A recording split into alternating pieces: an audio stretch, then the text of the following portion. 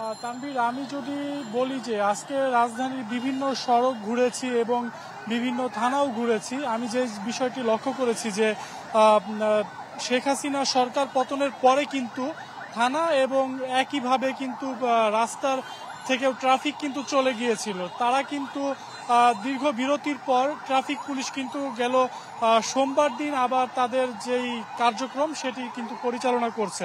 অর্থাৎ যানবাহন যেই নিয়ন্ত্রণের জন্য ট্রাফিক পুলিশ আবার তাদের কাজে যোগ দিয়েছে। তবে আগের তুলনায় কিন্তু বলা যায় যে একেবারেই কম সংখ্যক ট্রাফিক পুলিশ এখনো রাস্তায় রয়েছে। তবে ট্রাফিক পুলিশদের সাথে কিন্তু শিক্ষার্থীরা এখনো সহায়তা করে যাচ্ছে।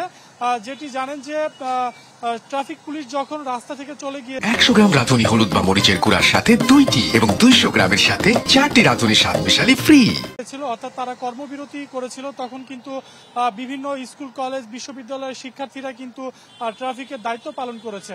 তারা কিন্তু এখনো রাস্তায় রয়েছে এবং তারা ট্রাফিক পুলিশকে সহায়তা করছে। তারা বলছে যে যতক্ষণ পর্যন্ত না পুরোদমে পুলিশের কার্যক্রম শুরু হবে ততক্ষণ পর্যন্ত তারা রাস্তায় থাকবে এবং ট্রাফিক নিয়ন্ত্রণ করবে।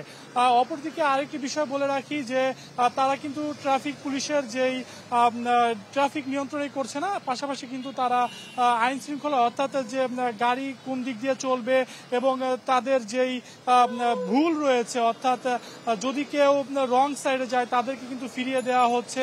এছাড়া অনেক ক্ষেত্রে কিন্তু আমরা দেখেছি যে বিভিন্ন শিক্ষার্থী কিন্তু লাইসেন্স চেক করতেছে এবং তাদের কিন্তু যাদের লাইসেন্স না থাকে তাদেরকে আবার ট্রাফিক পুলিশের কাছে তাদের সোপর্দ করা হচ্ছে। এই ছিল আসলে সায়েন্স ল্যাব থেকে আমার কাছে সর্বশেষ।